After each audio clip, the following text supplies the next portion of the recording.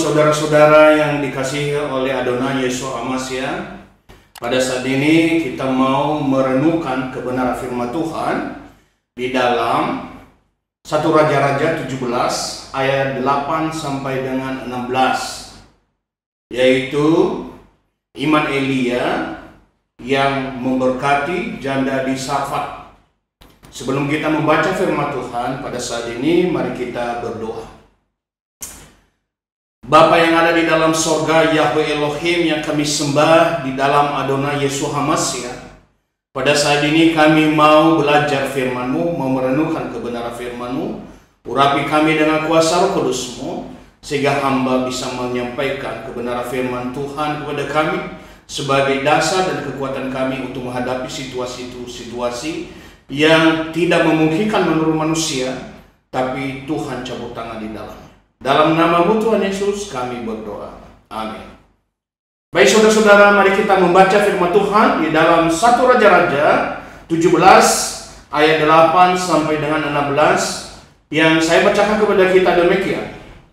Maka firman Yahweh datang kepadanya yang mengatakan, bangunlah, pergilah ke Sarfat yang termasuk wilayah Sidon, dan diamlah di sana. Lihatlah, aku telah memerintahkan seorang janda untuk menopangmu. Lalu ia bangkit dan pergi ke Sarfat, dan tiba di pintu gerbang kota itu, dan tampaklah seorang janda yang sedang mengumpulkan kayu bakar. Lalu ia memanggilnya dan berkata, bawalah kepadaku sedikit air dalam kendi supaya aku minum. Lalu ia pergi mengambilnya, dan ia memanggilnya serta berkata, bawalah kepadaku sepotong roti di tanganmu. Dan dia menjawab, demi Yahweh Elohimmu yang hidup, aku tidak mempunyai sepotong kue kecuali segenggam tepung dalam tempayan dan sedikit minyak dalam buli-buli. Nah lihatlah, aku sedang mengumpulkan kayu bakar, dan aku mau pulang untuk mengolahnya bagiku serta bagi anakku. Dan setelah memakannya, maka kami akan mati. Tetapi Elia berkata kepadanya, janganlah takut, pulanglah, lakukanlah menurut perkataanku. Tetapi buatlah terlebih dahulu bagiku sepotong kue daripadanya, dan bawalah kepadaku. Setelah itu kamu membuatnya bagimu dan bagi anakmu. Karena beginilah Yahweh Elohim Israel berfirman, tepung dalam tempayan itu tidak akan habis, dan minyak dalam buli-buli itu pun tidak akan berkurang sampai Yahweh menurunkan hujan ke atas muka bumi. Lalu ia pergi dan melakukannya menurut perkataan Elia. Maka dia makan, dia dan Elia serta seisi rumahnya selama hari-hari itu. Tepung dalam tempayan itu tidak habis, dan minyak dalam buli-buli itu tidak berkurang, seperti firman Yahweh yang dia katakan dengan perantaraan Elia. Saudara-saudara, sedemikian jauh pembaca firman Tuhan kepada kita, dan yang berbahagia adalah kita yang mendengar serta melakukan kebenaran firman Tuhan.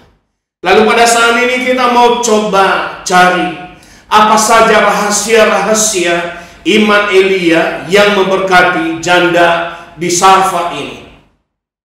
Jadi saya menemukan di sini di dalam ayat firman Tuhan ini minimal ada 3 rahasia yang diimani oleh Elia.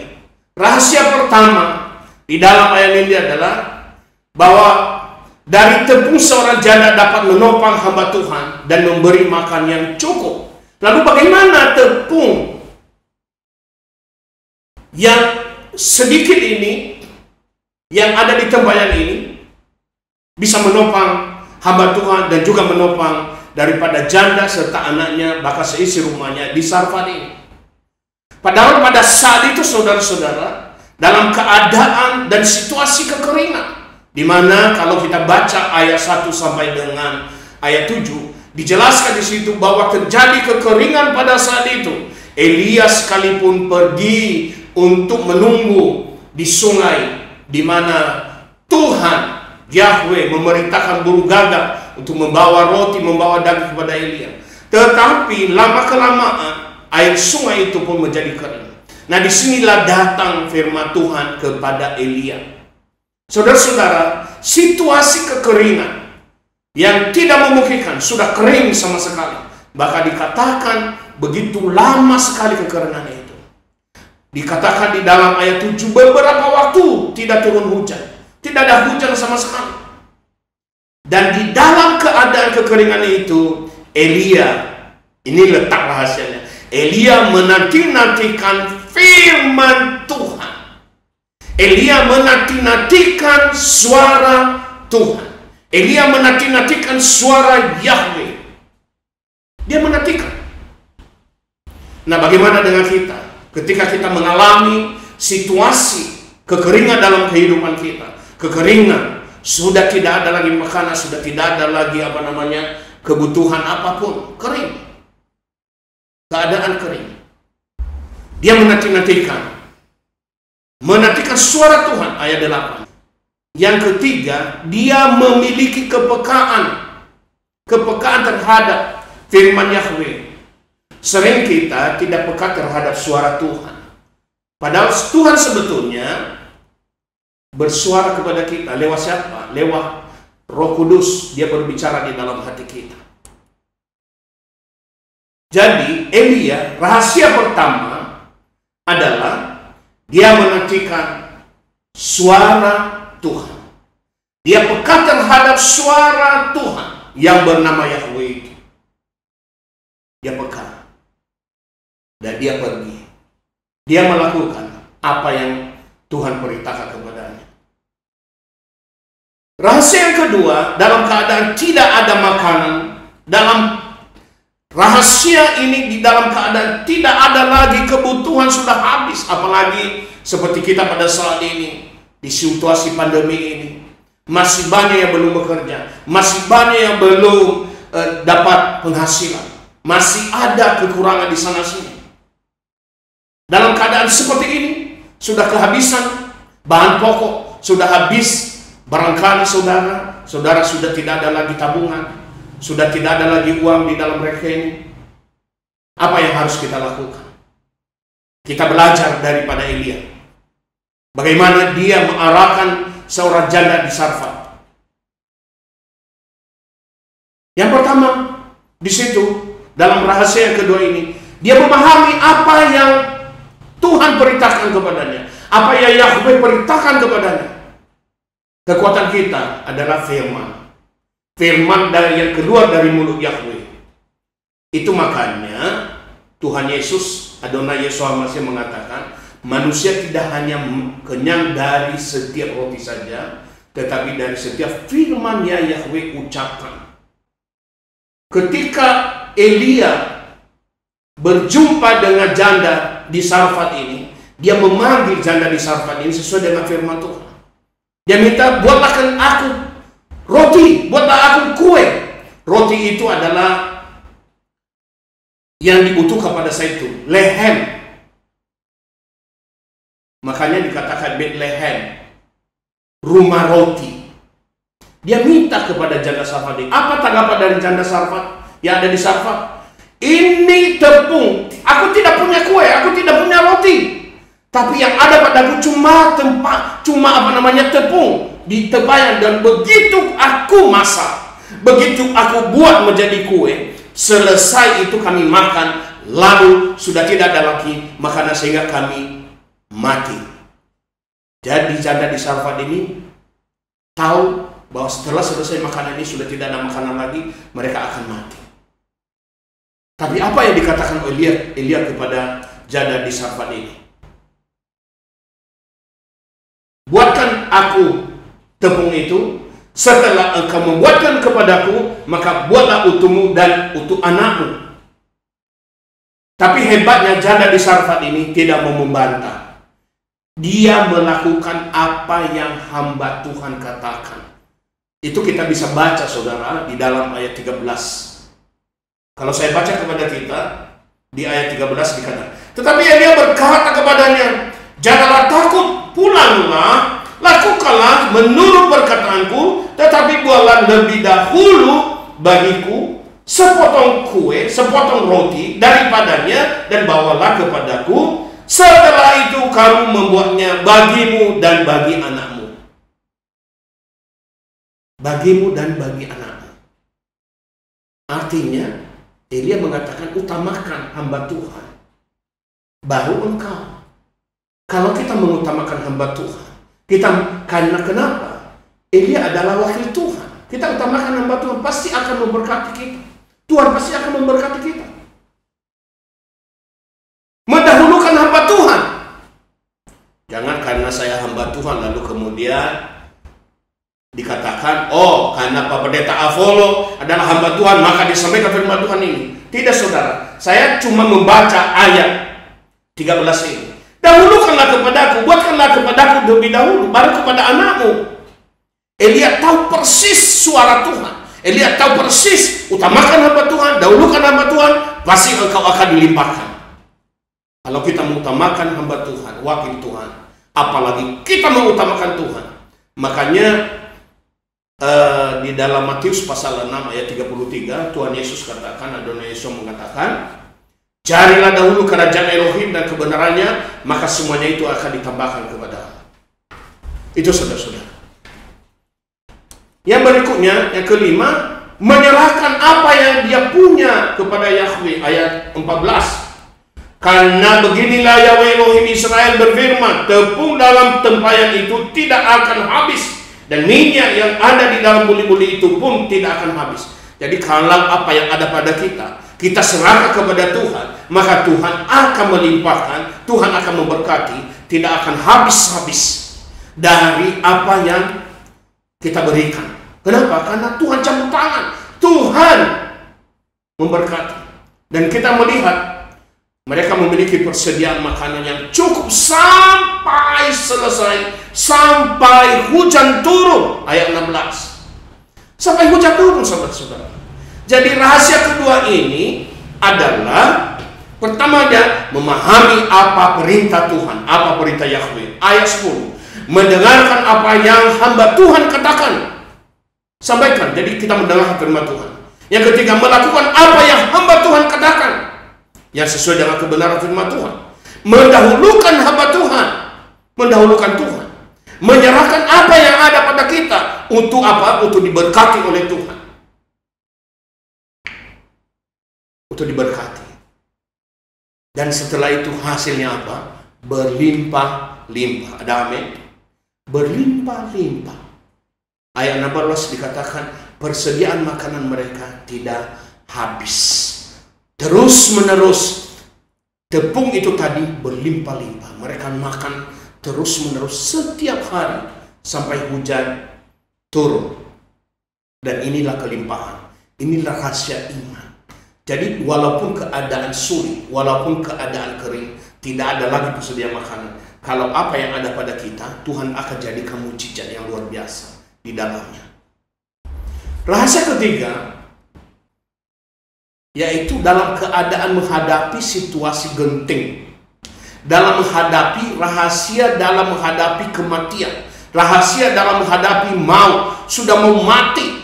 Lihat itu tadi keadaan di sini ada 3 hal yang terjadi di dalam perikop ini, saudara-saudara. Yang pertama, kekeringan, kering sama sekali. Yang kedua, sudah tidak ada makanan, sudah tidak ada pokok bahan makanan, sudah habis semuanya persediaan. Dan hal yang ketiga adalah ada sakit penyakit, ada kematian. Ada sakit penyakit yang membawa kematian. Ada pandemi yang membawa kematian. Ada pandemi yang dikhawatirkan. Ada COVID-19 yang ditakuti oleh semua orang. Dan kita melihat itu di dalam ayat 17 sampai 24. Apa yang dilakukan oleh Elia dan juga bagaimana janda ini terhadap anaknya. Anak janda ini tersebut sangat-sangat keras dan membuat dia mati. Membuat dia mati. Ayat 17. Nah, terjadilah setelah peristiwa itu, anak dari wanita pemilik rumah itu jatuh sakit, dan sakitnya itu sangat berat sampai dia tidak bernafas lagi, alias sudah mati. Di 1 Raja-Raja 17 dikatakan, beberapa waktu kemudian anak janda itu jatuh sakit. Makin lama, makin parah sakitnya sehingga ia meninggal. Di dalam bahasa Indonesia sehari-hari. Saudara-saudara, tidak menyalahkan hamba Tuhan. Janda Sarfat ini dia tidak menyalahkan hamba Tuhan. Ayat 18 dikatakan. Ayat 18 saya bacakan kepada kita. Lalu ia berkata kepada Elia, apa yang telah aku perbuat kepadamu, ya abdi Elohim? Coba, apakah engkau datang kepadaku untuk mengingatkan kesalahanku dan untuk menyebabkan anakku mati? Dia gak salahkan Elia, tetapi dia bilang, apa kesalahanku? Apakah engkau datang untuk mengingatkan bahwa aku ada dosa, aku kesalahan? Ada kesalahan. Dia menyadari kesalahannya. Dia menyadari kalau dia punya salah. Dia menyadari kalau dia punya pelanggaran. Dia coba mengkonfirmasi kepada Elia, apakah aku ada dosa?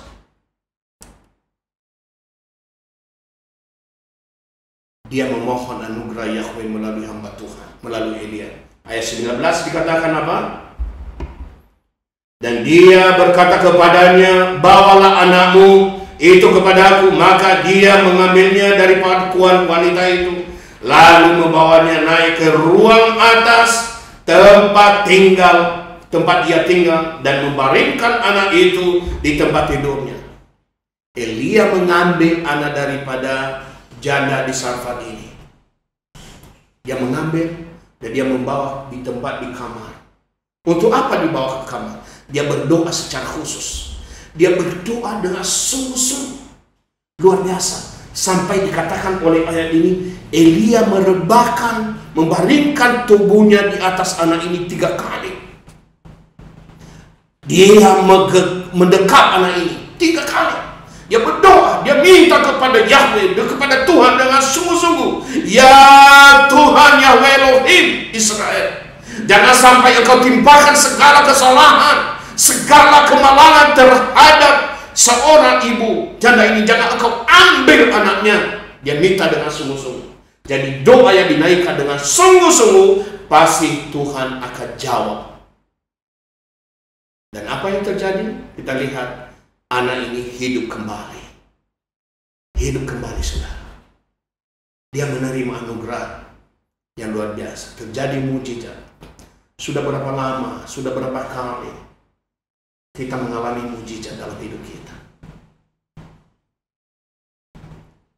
Dan wanita janda Sarfat ini pun tidak berprasangka buruk terhadap hamba Tuhan. Ayat 21-24 dikatakan di sana. Dia menyerahkan, dia berpikiran positif. Dia pasrah kepada Tuhan. Terserahlah bagaimana Tuhan bekerja. Bagaimana Tuhan mau ambil anakku, silakan. Apa yang terjadi? Anaknya sungguh-sungguh hidup kembali. Mari kita perhatikan apa yang dilakukan oleh Elia sekali lagi. Dikatakan dia membujurkan badannya di atas anak itu 3 kali. Dan berseru kepada Yahweh, katanya, ya Yahweh Elohimku, aku akan memohon kepadamu, biarkan jiwa anak ini kembali kepadanya, kembali ke dalam tubuhnya. Dia mohon dengan sungguh-sungguh. Dan Tuhan mendengarkan doa Elia. Tuhan mendengarkan doa Elia. Dan jiwa anak itu kembali ke dalam tubuhnya sehingga dia hidup kembali. Ayat 22. Lalu Elia mengambil anak itu dan membawa turun dan menyerahkan kepada ibunya. Apa yang terjadi? Kalau Tuhan memberkati hidup kita, terjadi sukacita, terjadi ucapan syukur, terjadi kemuliaan bagi nama Tuhan.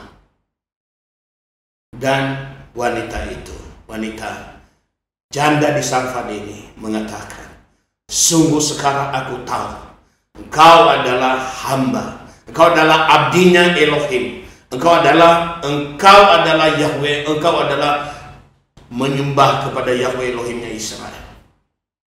Serahkan seluruh pergumulan kepada Tuhan, berserulah kepada Tuhan. Setiap saat dia akan mendengarkan. Lihat, Tuhan Yesus mengatakan, barang siapa meminta kepadanya diberi, siapa yang memberi, memohon kepadanya diberikan. Bukakan pintu, dia mengetuk pintu dan dia masuk di dalam hidup kita. Kita membuka pintu hati kita, masuk di dalam dia, kita mengundang dia.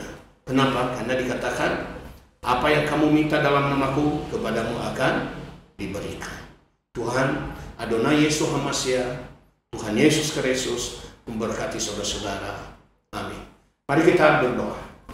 Tuhan Yesus, terima kasih untuk kebenaran firman-Mu yang singkat pada saat ini. Kiranya Tuhan memberkati saudara-saudara yang sedang mendengarkan dan akan mendengarkan renungan firman Tuhan ini. Apapun yang menjadi pergumulan saudara-saudara, kiranya Tuhan tolong dan Tuhan campur tangan. Di dalam nama Tuhan Yesus Kristus, Adonai Yesus Hamasia, kami berdoa kepada Bapa dalam sorga. Amin. Saudara-saudara, demikian renungan firman Tuhan pada saat ini. Saya harap apabila saudara-saudara diberkati oleh firman Tuhan ini, jangan lupa untuk like, subscribe, dan bagikan, dan juga sertakan komen. Tuhan Yesus memberkati. Sampai berjumpa di renungan-renungan firman Tuhan selanjutnya. Shalom. Haleluya.